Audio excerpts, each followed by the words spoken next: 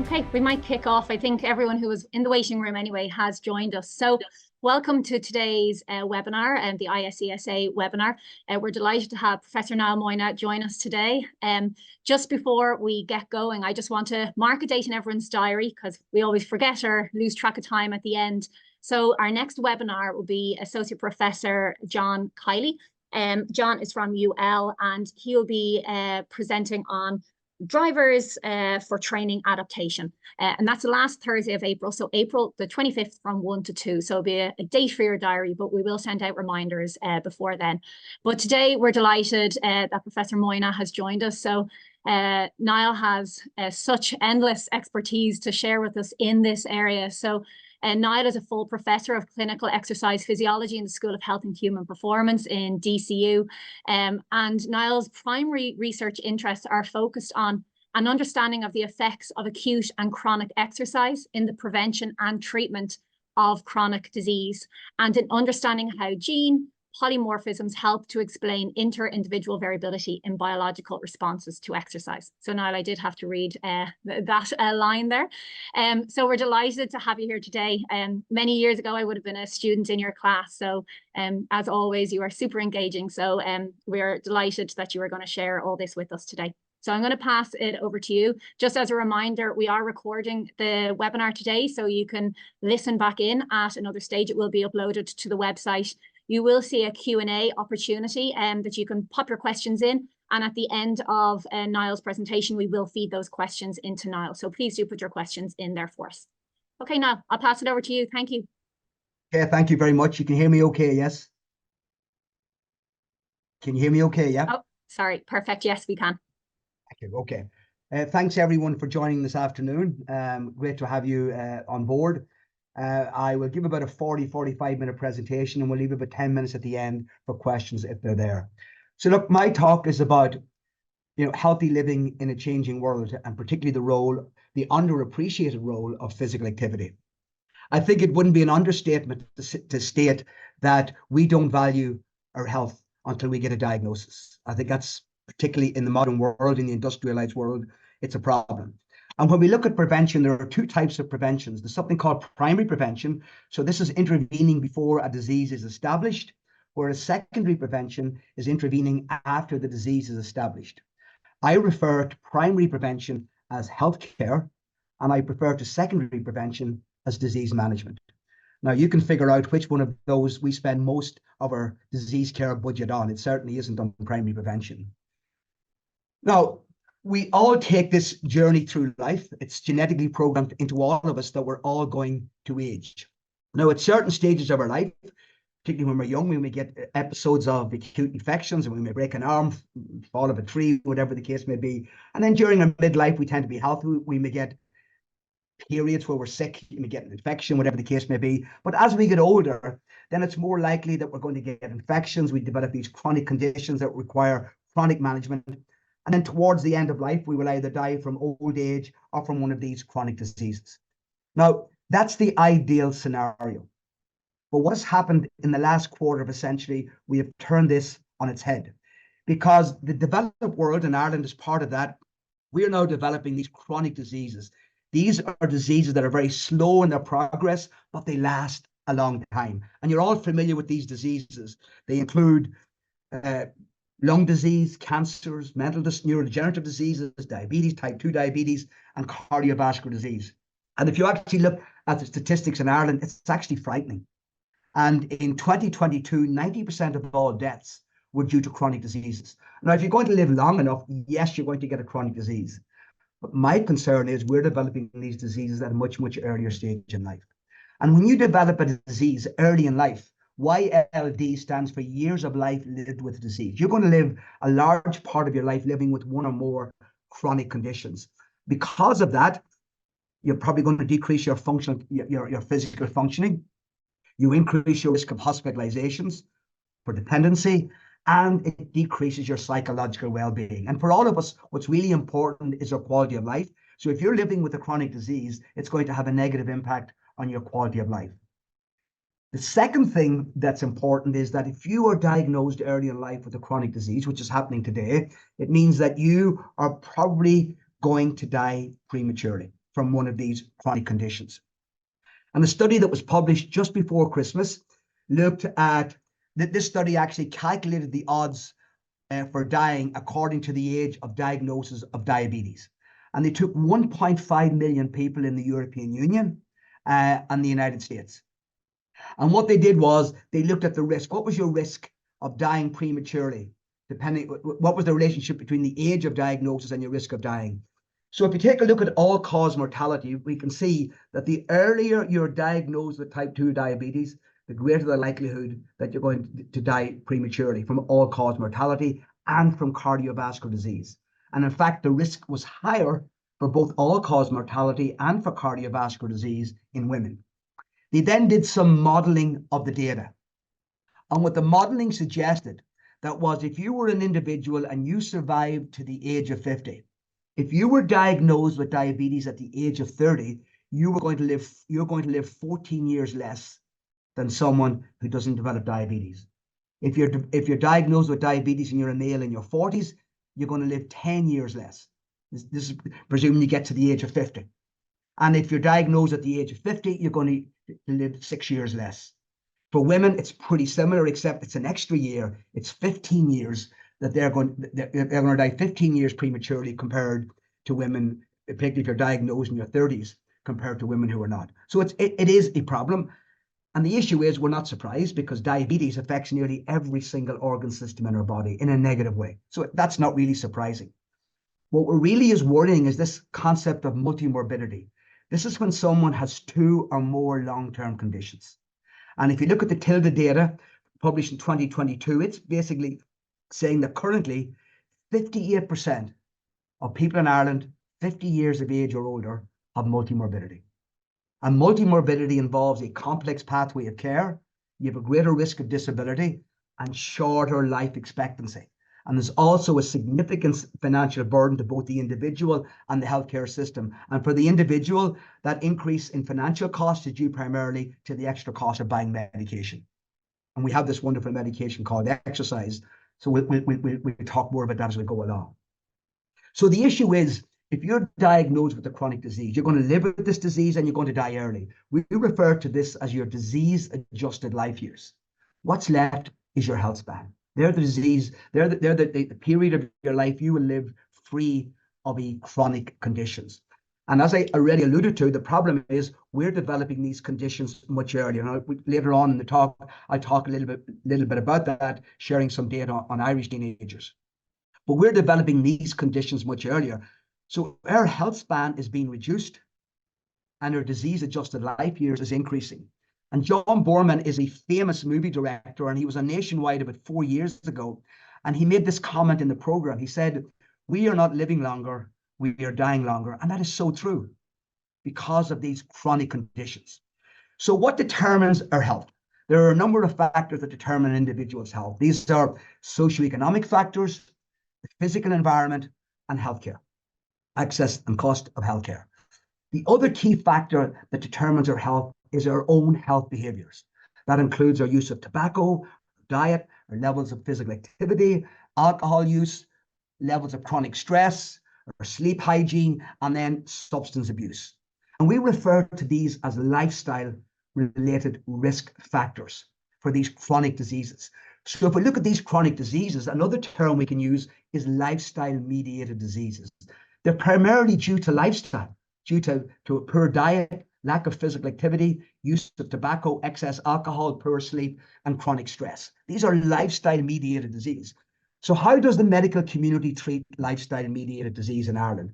Well, there are 2 basic modus operandi. The first is pharmacy, and the second is surgical intervention. That's what medicine is. So we treat diseases due to lifestyle. We don't treat the cause of the disease. That's lifestyle. We treat the symptoms of the disease. And that's what the medico-pharmaco complex, that's what they want. They want us taking lots of medication to treat these chronic conditions.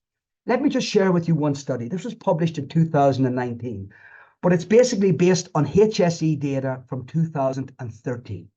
And what it showed in 2013, that's 10 years ago now, it showed that 61% of Irish men and 67% of Irish women, 45 years of age or older, are currently on polypharmacy. That means they're in receipt of 5 or more medications in any 1 month.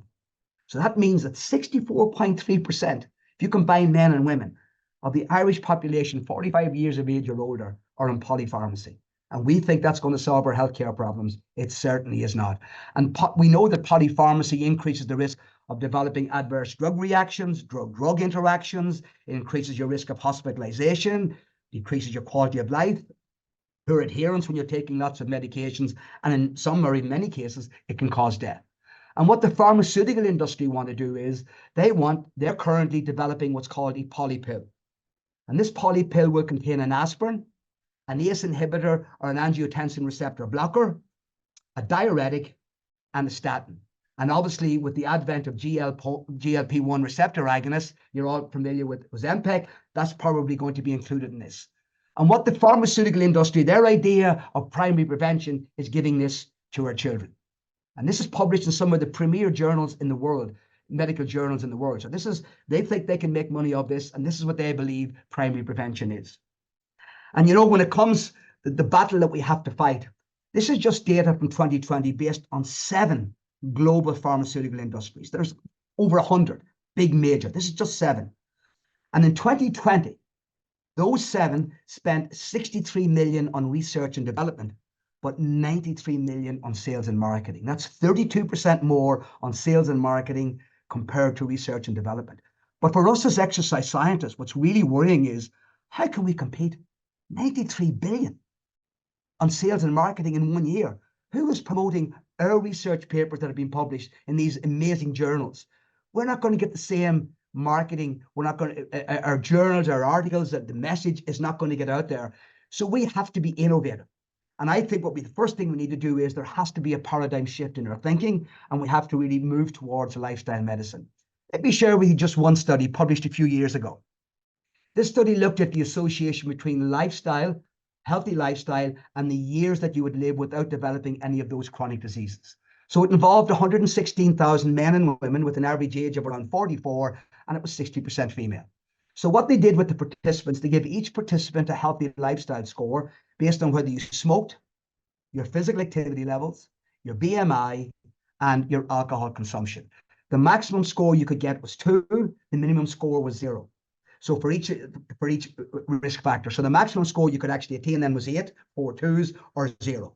And then what they did was they looked at the number of life years between the ages of 40 and 75 that these individuals would be free from any of these 6 chronic conditions. So between the ages of 40 and 75, how many of those years would you live without developing any of these chronic diseases based on those 4 risk factors? No healthy scans, no blood markers, 4 simple lifestyle risk factors. Here's what they found. Compared to those who got 0, if you got the maximum score, you lived an extra decade between the ages of 40 and 75 without being diagnosed with any of those chronic conditions if you were a male. If you were a female, it was 9.4 years. If you actually increased your score, say from 1 to 2 or 3 to 4 or from 0 to 1, and you were a male, you actually lived almost an extra year without being diagnosed with those diseases. And if you were a female, it was 0.89. Clearly showing us the importance of lifestyle in relation to the development of chronic disease. Now, my focus is obviously going to be on physical activity, and I'm sure everyone listening knows what physical activity is, so I'm not going to define exercise or physical activity. But we have known about the importance, actually, since Hippocrates, but it was really in the early 1950s, 1953, that Jeremy Morris, a London physician, published a study where he looked at the old double-decker bus where the bus driver sat all day driving the bus. And in those days, there was a bus conductor who walked up and down the aisle, taking the fares and up and down the stairs. And he compared the incidence of heart disease between the bus driver and the bus conductor. And he found that the bus conductor had a 50% lower incidence of heart disease. And when they did develop the heart disease, they developed it 10 years later compared to the bus driver, showing that just your physical activity in your work had an enormous impact on your risk for developing heart disease. And numerous studies in the 1950s and 60s showed, particularly among civil servants, showed that individuals who had physically active occupations had lower risk of developing heart disease compared to those who had sedentary occupations. So that brings us up to 2024. And obviously we live in a modern world, and modernity has provided us with lots of different ways to assess our levels of activity. And one of the most simplest activities that we can undertake is walking and footsteps. And this paper was published before Christmas, and it looked at the relationship between daily step counts and all-cause mortality and cardiovascular events. And basically, it involved 111,000 men and women with an average age of around 63. And again, it was around 60% female. We first of all look at all-cause mortality. So what they did in this study, they put a reference daily step count as 2,000. So just to go to the bathroom, make a cup of tea, or just survive for a day, you normally take around 2,000 steps. And then they said, what was the minimum increase in step count that you would have to start getting a significant benefit beyond just taking 2,000 steps? And what they found, if you took an extra 517 steps, that is, you increase it from 2,000 to 2,517, you got an 8% reduction in dying from all causes. Guys, you know, I don't know many drugs that can do that. 8% decrease instantaneously. And then what they did was they calculated to get the maximum risk reduction with the least effort. Okay, what was the dose that you needed to do? Minimum effort, but you want to get maximum benefit. They found that if you increase your step count from 2,000, you increased it by an extra 6,663, your risk of dying from all cause decreased by 60%, which is stunning. And if you actually doubled that number from 8,000 to 16,000, the risk reduction wasn't really that significant beyond that. So going from 2,000 to 8,763 steps, you get a 60% reduction in dying from all causes. And we see this graph over and over again, whereas the people who go from doing nothing to doing something to around 6,000 to 7,000 steps, that's the sweet spot. That's where you're going to get maximum risk reduction. When they looked at the incidence of heart disease, they found that the minimum dose, if you increased it by 753 steps, you got a decrease in incidence of fatal and non-fatal cardiovascular disease, just by adding an extra 753 steps a day. Much better than taking a statin, an ACE inhibitor, beta blocker, whatever the case may be. And again, the optimal dose, okay, where you got the minimal risk reduction with the least effort, was adding 5,126 steps to our normal 2,000 steps that we would take anyway. And that resulted in a 51% reduction. If you doubled that again, it only went to 58%. Again, same response to our cardiovascular system. Going from doing nothing to doing something, you get this tremendous benefit. In another study, in slightly older, and these are female women, because I want to show you that there isn't a one-size-fits-all, but this 10,000 steps, we've got to get that out of our head. Because this study done by Eileen Ling from Harvard took 16,000 women with an average age of 72, and she followed them for 4.3 years.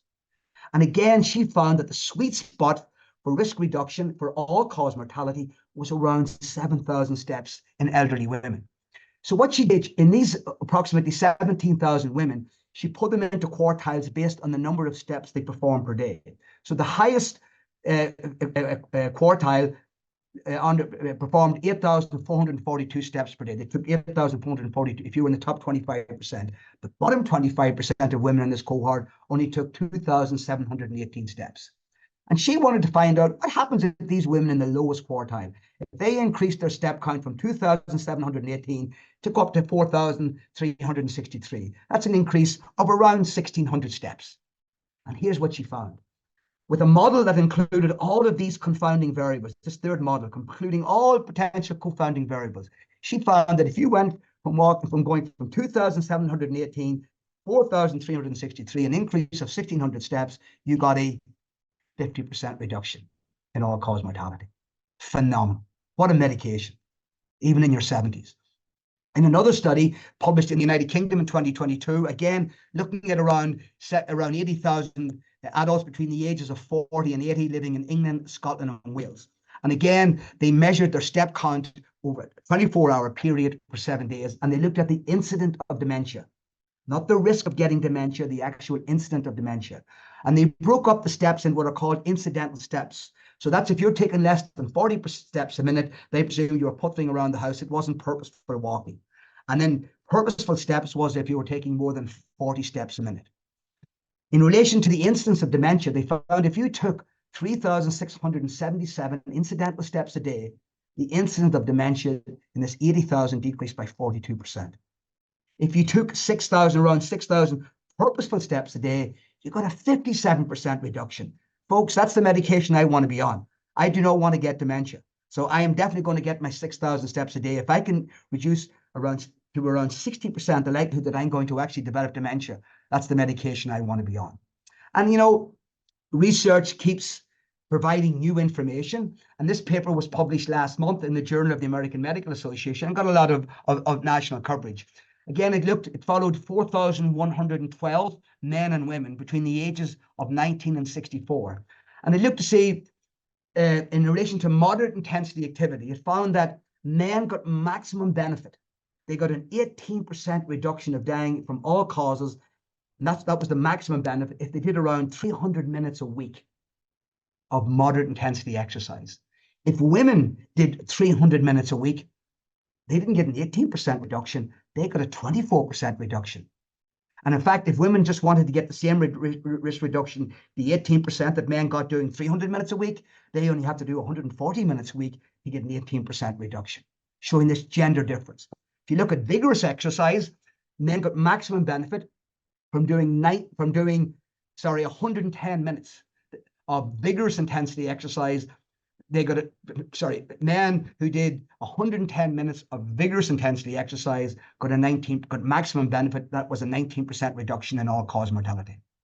For women to get a 19% decrease in all-cause mortality doing vigorous exercise, they have to exercise 57 minutes a week, 8 minutes a day of vigorous exercise. And if they do the same as the men, they exercise for 110 minutes, they get a 24% reduction. Huge. And this is ongoing data, and obviously in probably 3 or 4 years that this can be replicated, we may have to start giving different guidelines to both men and women. So the bottom line is, why is exercise so beneficial? Why is it this amazing benefit on all of our organ systems? Well, let's look at evolution. A hominin is the term given to humans and all other extinct bipedal ancestors. So anyone who was able to walk on 2 feet, they're called hominins. And in the hominins really came about 7 million years ago. And in the 7 million years of hominin evolution, it's speculated that we're the genus Homus, okay, we're Homo sapiens. So our genus branched off from the chimps and the bonobos around 2.5 million years ago with the beginning of hunting and gathering. And our first hominin in our Homus was called Australopithecus africanus. And all throughout our evolution, physical activity was an integral part of daily life, and it was needed for survival. We needed to be physically active to procure basic life-sustaining commodities, to build shelters, to evade prey. And it was during this 2.5 million years of evolution that our protein-coding genes were subject to selective pressures. We've only got the 22,000 genes, so we had to figure out what we were going to use these genes for. But because we were physically active all throughout those 2.5 million years, we acquired the traits that facilitate physical activity. So in fact, our genes have evolved to support a physically active lifestyle, and those genes have not altered since, particularly in the last 100,000, 200,000 years. However, with the advent of the Industrial Revolution starting in the late 1700s, all the way up to the current digital revolution, we have engineered activity out of our lives. And we know if you're sitting, lying, or reclining, that's the definition of sedentary behavior. We are increasing the amount of time that we're sedentary, and we're decreasing the amount of time that we're physically active. And remember, we're genetically engineered to be physically active. And just to give you a simple example, this was a study done on Scandinavian men in the mid to late 20s who walked on average 10,000 steps a day. And they asked them to reduce their step count from 10,000 to 1,300 a day for 2 weeks. Here's what they found. They had a 7% decrease in aerobic capacity, a 17% decrease in insulin sensitivity, and a 7% increase in visceral adiposity in 2 weeks. If you ever wanted to see a study that showed that we're genetically engineered to be active, and if we're not active, we maladapt very quickly. This was a study done in men with an average age of 72, and they got them to reduce their step count from around 6,000 to around 1,400. It was a 76% reduction in step count for 2 weeks. And in that 2 weeks, they had almost a 0.4 kilogram loss in muscle. That's the last thing we want to do as we're aging, is to lose muscle. And after the 2 weeks, when they give these men a meal, compared to before at baseline, when they give them a meal containing 25 grams of protein, they had a 26% reduction in protein synthesis, showing again the importance of being physically active. And if you want to see what we were like, the Hadza tribe who live in northern Tanzania are a really good example. Unlike Westerners, who increasingly spend their waking hours glued to chairs, the Hadza are on the move most of the time. They have no running water, no domesticated animals, no bank holidays. They've got to go out every single day and hunt and gather for their food. Men typically go off and hunt, they chase and kill animals, they climb trees in search of wild honey, while women forage for plants, dig up tubers, and they comb the brushes for the berries. So on an average day, the average Hadza woman takes 13,000 steps, or around 8 kilometers. The men take 19,000 steps, or 12 kilometers. That's 5 to 10 times more than we do. So we have engineered that much activity. That's what we were doing 500 years ago. We have engineered that out of our lives. And if you take a look at the Hadza, if Hadza lived to 15 years of age, getting to 15 is difficult because of infectious diseases. Obviously, there's no doctors, no medications, no antibiotics, no steroids. So the whole idea, if you can get to 15 years of age without developing an infectious disease, and it's only since Westerners have started interacting with them, we see an increased prevalence of these infectious disease in the Hadza. But the Hadza, if they live to 15, they would probably live up to, after that, they live an extra 53 years, and they eventually die from infectious diseases, not from chronic diseases, because they have a healthy weight, their obesity is less than 5%, type 2 diabetes is less than 1%, and heart disease is less than 5%. Folks, if we could get that, we'd be saving probably, I would estimate, 12 billion a year, maybe 15 billion a year if we had those stats. Why is that? Every time we move a muscle, every single organ system in our body is affected. So in fact, it's a super pill. As you've heard so many times, if we could package the known benefits of physical activity or exercise in a pill, it would be the most prescribed wonder drug on the planet. Instead of this nonsense super pill pharmacotherapy that these multi-billion-dollar industries want to impose upon us. So the final part of this talk is I really want now to go into the mechanisms. Why is exercise? What are the benefits? There are two benefits to exercise. One is the acute effect that we get from just undertaking a bout of exercise, and the other is the chronic effect that we get if we do it repeatedly. So let's look at the chronic effect first. If you just go and do a single bout of exercise, if you're borderline hypertensive, it'll bring your blood pressure down into the normal range. It will improve your immune function. It will decrease the amount of fat circulating in your blood. It will improve insulin sensitivity, and it will make you feel better. These are all acute effects that then wane over time. Let me give you an example. One of my former students, Dr. Michael Harrison, down at Technological University in the East, I think. I've got to get my TU's nomenclature right here. And for his PhD, one of Michael's studies involved getting individuals to come into our lab, and they came into the lab and they exercised. They burned a certain number of calories. And then on another night, they came into the lab and they just sat for the same amount of time. And then the next morning, he fed them a high-fat meal, okay, containing lots of fat. And he measured then over the next 6 hours, he measured the amount of fat in their bloodstream.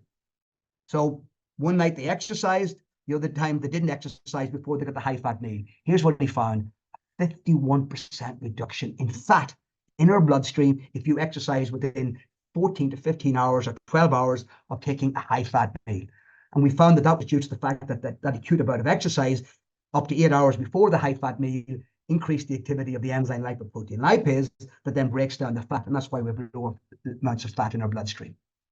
Natural killer cells or cytotoxic cells, they kill viral cells and cancer cells without any prior sensitization.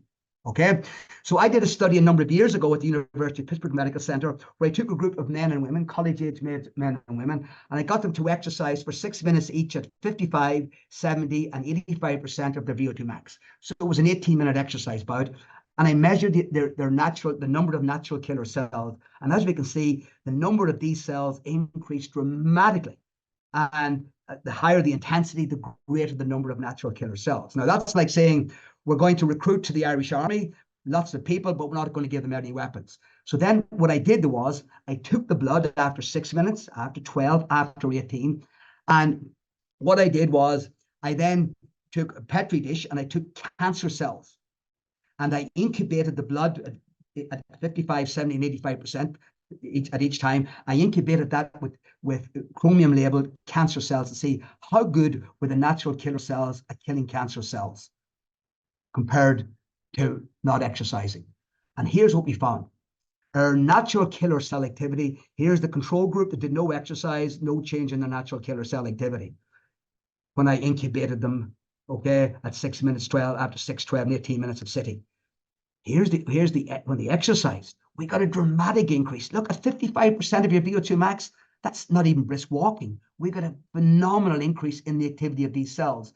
And when we increased it further, yes, there was an increase, but it wasn't significant compared to just doing 6 minutes of exercise at 55% of VO2 max. Again, showing the effect of an acute bout of exercise. So what about then chronic exercise? This is a study published by Joanne Monsoon from Harvard, looking at the women's health study, where she followed 72,000 women, and she looked at the risk of cardiovascular disease. And she found that if you walked an hour a week, you had a 32% reduction in risk. And if you walked 90 minutes a week, you had a 63% reduction in risk. So let's go into the physiology of this for the last part of this talk and see, well, what does exercise do, chronic exercise do? So we'll start off, here's our heart, and here's our 3 coronary arteries, the circumflex, the left anterior descending, and the right coronary artery. And the biggest killer of men and women in the developed world is the development of fibrofatty plaque within the lumen, inside the lumen, or inside the medial layer of these arteries. That's the biggest cause. So here is a normal, healthy artery. And if you're exposed to these lifestyle risk factors that I've already alluded to, the cigarette smoking, high blood pressure, poor diet gives you the elevated cholesterol, and impaired fasting glucose and diabetes, all related to diet. Obesity is related to diet and exercise, aging, and then our sedentary lifestyle. And what happens, we can see here, the plaque begins to accumulate in the medial layer or inside the wall of the vessel, and a fibrous cap develops around that plaque. Okay, and then as the plaque develops through life, okay, the vessel, okay, we see the plaque is getting bigger. The fibrous cap here gets thicker to make sure that this plaque does not get exposed to the blood. But what happens? The vessel remodels. The vessel tries to keep the lumen open. The lumen does not change size. And in fact, this is the blood vessel that's got a wide open lumen. This is the blood vessel in which 90% of all heart attacks occur, in lumens that are wide open and healthy. If you went for an angiogram, you'd be sent home because that's not greater than 70% occluded. So what happens though, as this plaque develops, okay, what we do is we get a this fibrous cap begins to thin. We get this thin fibrous cap, and we get large amounts of macrophages and lipids. Think of a nuclear plant that's after exploding. The debris in there, that's what this looks like. This is an extremely inflammatory environment. And what happens over time, this thin fibrous cap will erode or rupture, and the contents of the plaque will get exposed to the blood, and you end up getting a thrombus or a clot. And that's what causes the vast majority of heart attacks, over 90%. So here is obviously an autopsy. This vessel was wide open, look, wide open blood vessel, but it ruptured here, and we got a partially occlusive clot, and here's a fully occlusive clot in a vessel. Okay, ideally, we want to have a thick fibrous cap, and we want to have not a lot of lipid in here. That's ideally what we would like. That's a stable plaque that won't rupture. So if you have coronary artery disease and you have plaque in your coronary arteries and you go to the hospital, they will more than likely do an angioplasty and put in a drug-eluting stent that looks something like this. And believe you me, it looks pretty impressive. You go into a cath lab and you have this big fluoroscope, and they do this fluoroscopy where they inject the dye and they can look into your arteries. It really looks absolutely phenomenal. Phenomenal. And we spend millions upon millions upon millions in our major tertiary centers doing this procedure every year, and we spend millions on the infrastructure. So therefore, I beg the question, how can a humble bike, simple exercise, compare to stenting? Well, Rainier Hembrecht is a cardiologist from Germany, and he undertook a study back in 2004 where he took 101 men with an average age of 70 who were recruited after routine angiography. So they underwent angiography to look at their coronary vessels, and they all had significant plaque. What he did was, rather than giving them all a stent, he only gave half of them a stent, and the other half had to exercise for 20 minutes a day for 12 months. And he compared the exercise to stenting. He looked at the event-free survival between the two groups. What do I mean by event-free survival? The number of people in each group who got a cardiac-related death. Did they get a cardiac-related death, a stroke, another bypass, an angioplasty or a stent? Did they have a heart attack, or were they hospitalized due to worsening chest pain? That's event-free. Did they have any of those? If they didn't have any of those, that means it was event-free survival. So what he did was he put 50 in the stent group, 51 in the exercise group. He followed them for 12 months. What did the results show?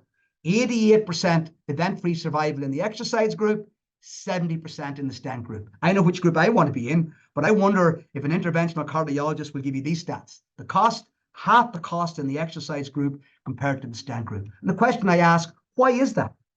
And this goes into the mechanisms of exercise. When you give someone a stent, you are putting a Band-Aid on a problem. If you need a stent, it means you have diffuse coronary artery disease in your coronary arteries. You need to remodel the vessel. So again, a bit like giving the drugs, the lifestyle diseases, we are treating the symptoms by just putting a plaster on it. Instead, the exercise group, what they did, they modified traditional risk factors. When you exercise, you decrease your lipids. You improve your lipid profile, increasing HDL, decreasing LDL cholesterol. Your blood pressure decreases. Your insulin and glucose metabolism improves dramatically, and your body composition improves dramatically. So the traditional risk factors are positively affected by that exercise bout. But if you're a smart physician, they'll say, I went to medical school, we don't do exercise, but we do pharmacotherapy, and we do it very well. I could give a drug for each one of those. And in fact, now with the Zempic, I can also give one for body composition. So that's great. Why do you need to exercise? However, that exercise modifying traditional risk factors only accounts for 50% of the benefits of exercise.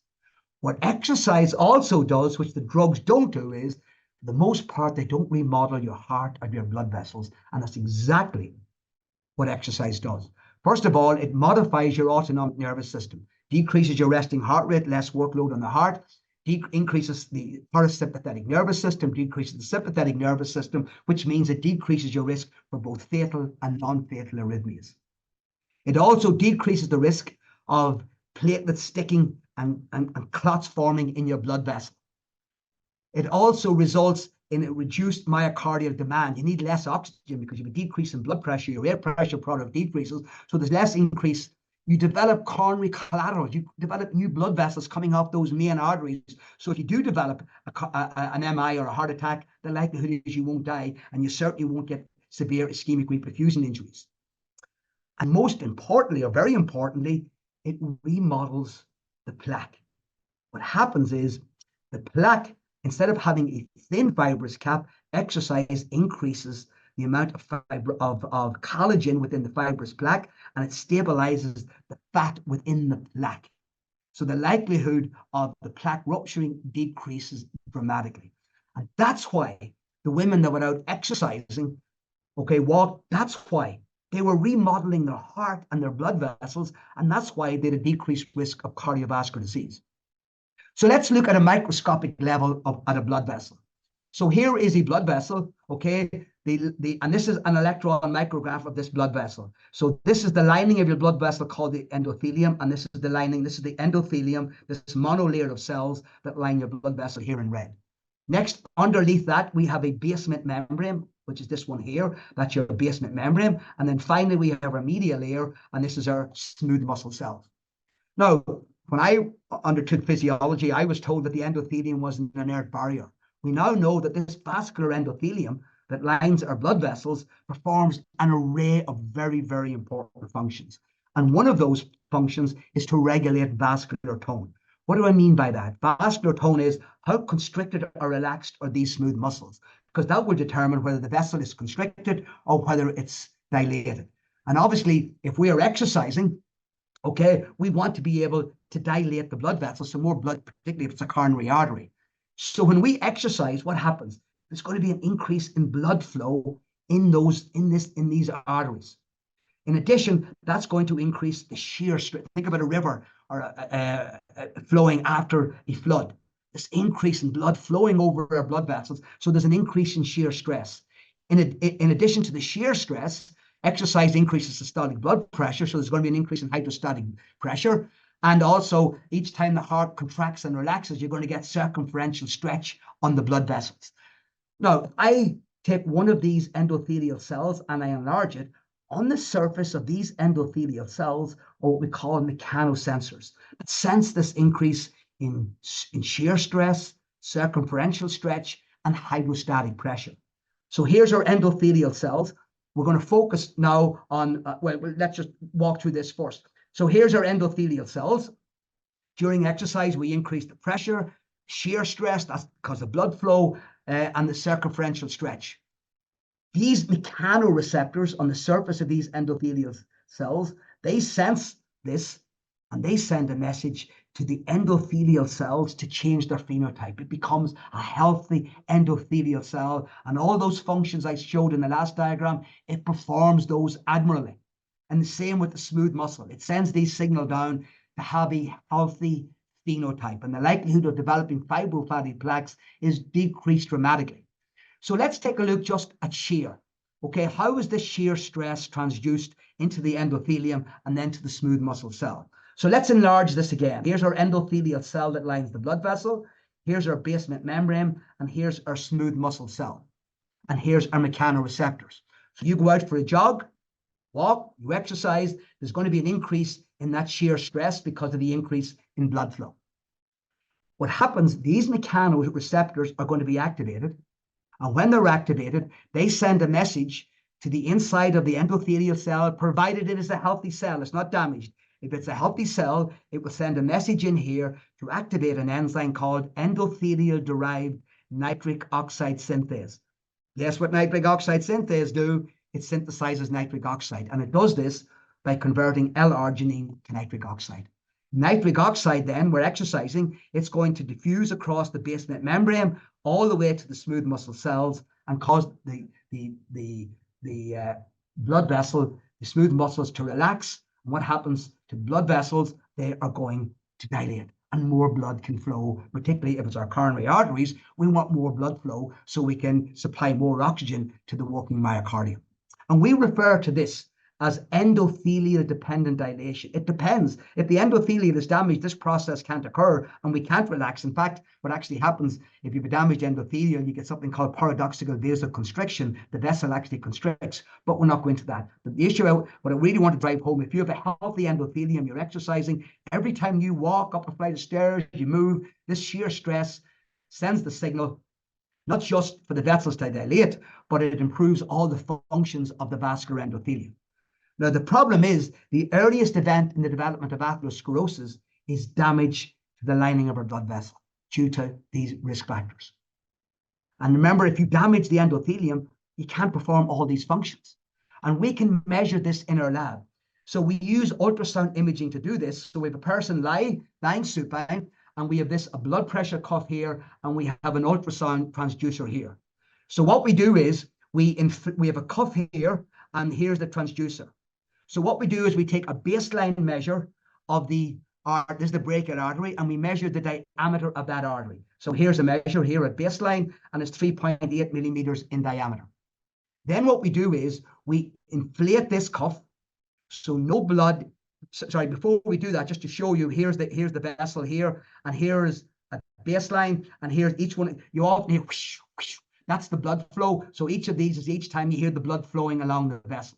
So that's what we get at baseline. Then we occlude the vessel, and we occlude it for 5 minutes. Okay, we occlude the vessel for 5 minutes, and once we occlude it, there's no blood flow. Then after 5 minutes, we're going to release this cuff. And the blood that's backed up here, it is going to flow like a dam through the blood vessel. And as it flows through the blood vessel, you can see a huge increase in blood flow because we've released the blood vessel. And as that huge dam that's after being released flows in beyond where it was occluded, this is going to be sensed by the mechanoreceptor. It's going to be a huge increase in shear stress. What's going to happen? We're going to get tremendous vasodilation. The vessel is going to dilate to accommodate that increase in blood flow, and we measure that change in vasodilation. As you can see here, we get this increase, the vessel gets wider, and we can measure that. Okay, so that tells us, gives us some idea of the health of the blood vessel, whether it's damaged or not. This is the setup in our lab. This is the ultrasound machine here. This is the software that uses edge detection to look at the intima wall. We have a blood pressure cuff here, and then we have a rapid, we don't use a blood pressure, we immediately hit a button and immediately goes to 200 millimeters of mercury, hit a button and the blood pressure immediately goes to 0, and it stays there for the full 5 minutes. And then this is our 12 megahertz linear rate transducer that we use. And the reason this is important, studies have looked at the ability of the coronary arteries to dilate is significantly related to how the brachial artery relates to, we call this reactive hyperemia. When we release that blood flow, when we release the blood pressure cuff and we get that increase in blood flow, that's called reactive hyperemia. Well, the increase in the ability of the brachial artery to dilate is significantly related to how well the coronary arteries dilate in the same individual. So we actually use brachial artery dilation or dilation of the brachial artery as a surrogate for what's happening in your coronary arteries. This was a study that we did on teenagers. Okay, we took a group of low, moderate, and high-fit teenagers. This was Dr. Sinead Sheridan undertook this as part of her PhD, and this is her in the lab, okay, doing the same procedure. Okay, so we wanted to use brachial artery reactivity or flow-mediated dilation or endothelial-dependent dilation, whatever term you want to use, as a surrogate for what's happening in the coronary arteries. Here's what we found. We found that the low-fit boys at the age, these were transition year students, their brachial artery could only dilate half as much as the high-fit boys, showing that already at the age of 15, they had evidence of endothelial damage and they're on the risk for developing premature cardiovascular disease. And if you actually look at the relationship between VO2 max and flow-mediated dilation, the higher your VO2 max, the greater the degree of dilation. You can see someone here, low-fit individuals at dilations of between 4 to 6%. These guys were up at 18, 16, 18% dilation.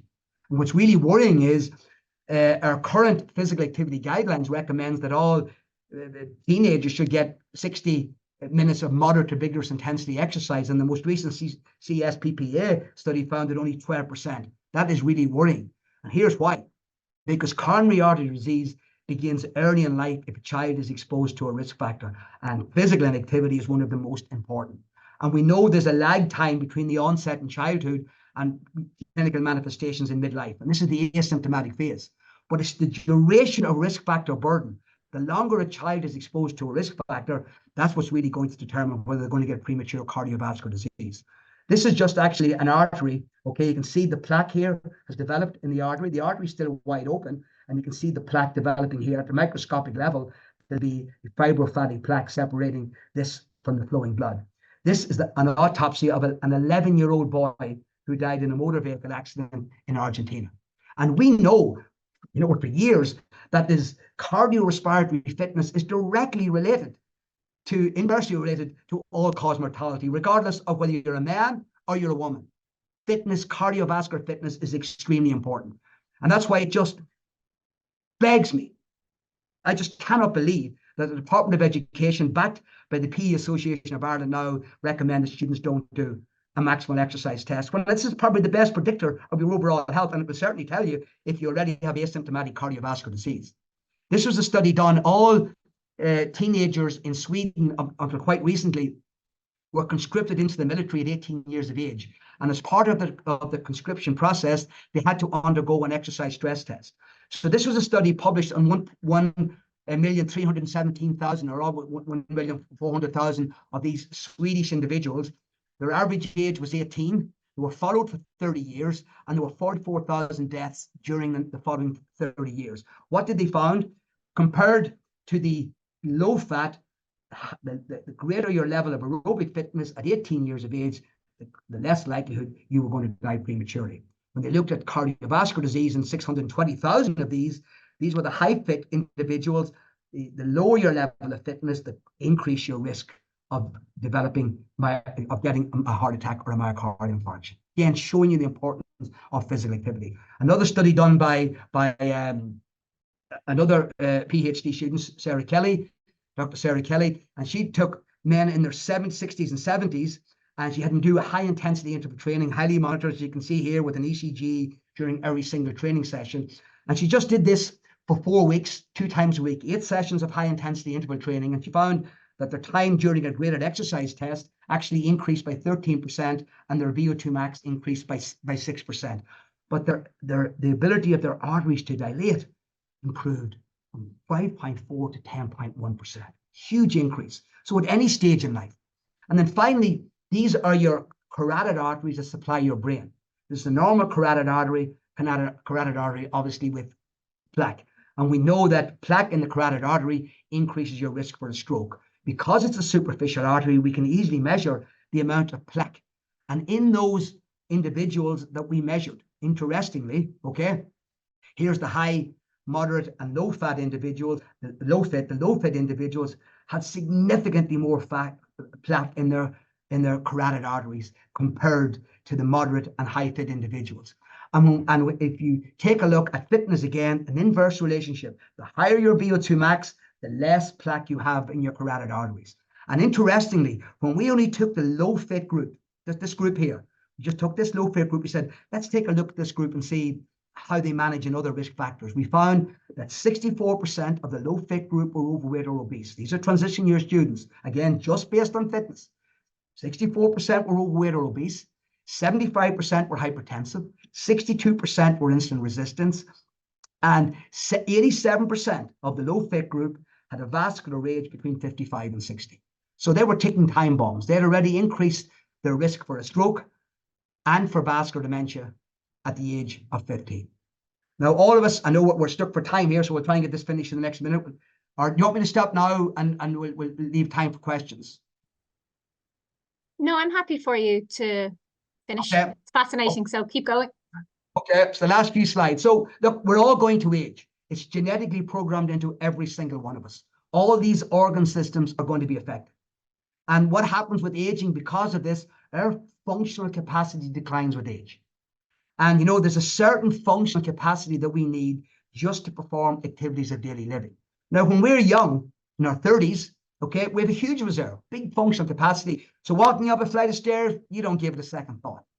You get to the age of 70, 80, all of a sudden, your reserve is very small. So your maximum capacity and what you need just to walk up a flight of stairs, nearly identical. So in fact, you may not even be able to walk up the flight of stairs unaided. And you're very, very close now to losing your functional independence. And because once you get decreased beyond that line, you've crossed the frailty threshold. And a great way to measure frailty is just gait speed, walking speed. And you can see here, ideally at any age, you like to be in the green zone. Amber, not good. Red is the bad zone across age. So this is for men. This is for women. Again, go back and look at the HASDA and look at how much of our disease is due to aging, how much is due to inactivity. If you look at walking speed, okay, and if you take the average 60-year-old American woman, she walks at 0.7 meters per second in their 60s, okay? And sorry, you take the average American female, 50 years of age or less, they walk at 0.9 meters per second. So I just pulled this out here. They're probably in the amber zone. But if you take an American woman in their 60s, they walk at 0.7 meters per second. They're already straight in the amber zone. You take the average HASDA woman in their 70s, look where they are. They're up here. They walk at 1.1 meters per second. Because in the HASDA tribe, the childbearing women stay at home, and as the older women, they actually go out and they climb the trees and they hunt and they forage. Whereas the total opposite in the developed world. So in fact, that's normal aging. I mean, these are all the various processes that decrease with aging. So here's our maximal work rate, our functional capacity. That's this line here. That's ideal. That's if you're being physically active. But in the Western world, as you can see from the walking steps of the American women, that's secondary aging. That's due to lifestyle. That's accelerated aging. And the good news, so that's what we're actually seeing in the developed world. The good news, we can move over here at any time in life. So ideally, if you look across life, whether you're a child, a young adult, mature adult, a senior, or very aged, you want to stay in this green zone, good health, as long as you possibly can. In fact, you want to stay here and you want to live a healthy life and then die within a week. Something like Queen Elizabeth II. That's the way to live. hugely, she lived till her 90s, was still engaged even the week that she died, and then just fell off a cliff. That's ideally. We don't want to be dying for half of our life. Okay? Spend half of our life dying. So finally, Christian Bernard performed the first heart transplant in the late 1960s. And I remember watching it on TV.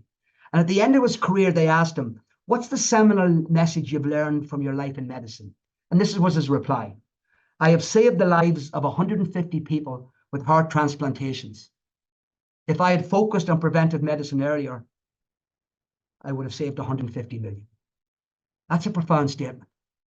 And I leave the last slide to Joanne Monsoon, who did that Women's Health Initiative study. She's one of the most eminent exercise physicians in the world. And at a talk before Christmas, she ended the talk by saying that physical activity / exercise is as close as we have come to a magic bullet in medicine. And I think it's extremely underappreciated.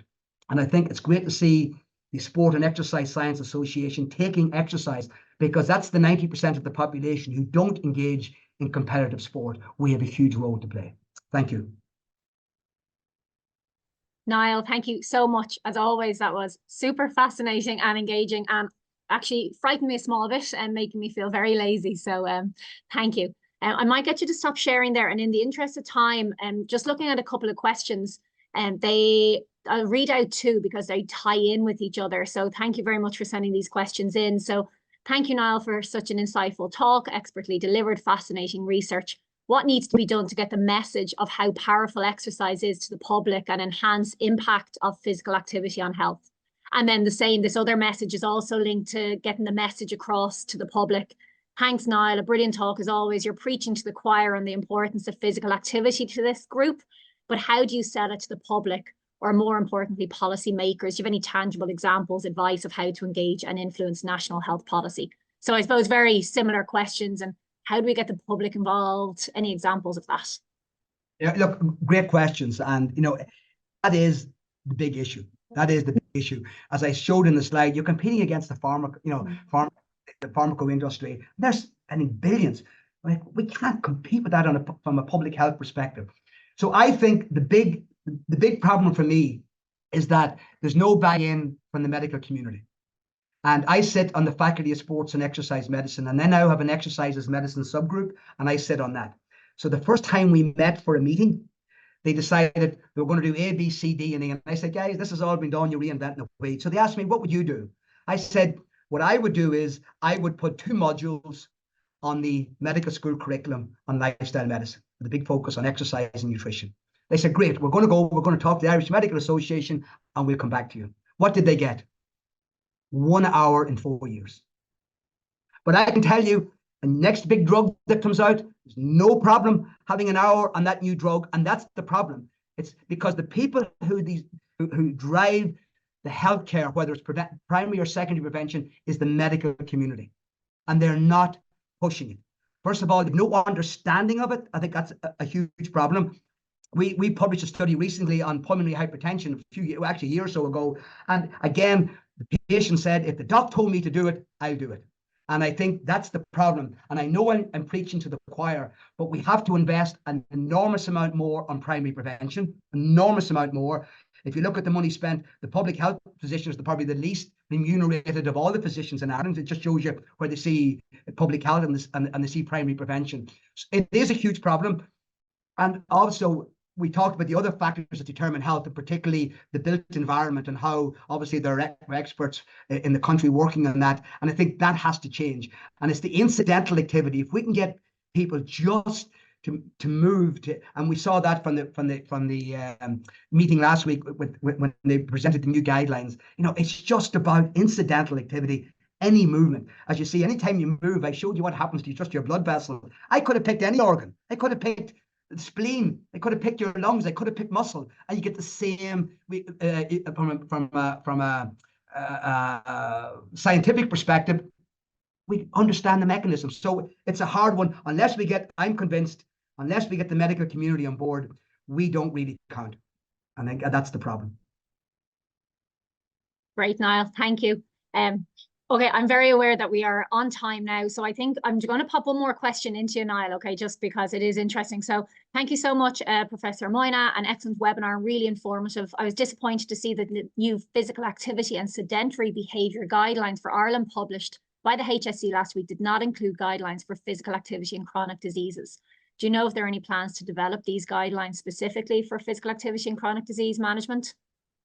I would say top of the bat, I'd say it for most chronic diseases, it's the same. It's the same. Now, there are certain people, if you had quadruple bypass and you're coming back and you have multimorbidity, obviously you're a high risk individual. I think that group, we need to have clear guidelines to get them on the treadmill of life again, just doing them exercise, just doing some form of exercise. But for the vast majority of people with chronic conditions, and Noel McCaffrey's XWell clearly illustrates this, with proper interventions and that, they can pretty much adhere to the current guidelines. Super. Thank you for that. Right, I think we'll call it a day. Niall, thank you again. That was amazing. And it has been recorded, so will be uploaded to the website. So please visit that if you want to have a look over any of those facts. I'm sure there'll be some that you'll want to share even at the dinner table at home. And do email us at info@ISESA if you have any questions. And do look at the website for the blogs and the podcasts that are coming out as well. So Niall, thank you very much. And thank you all for joining us today.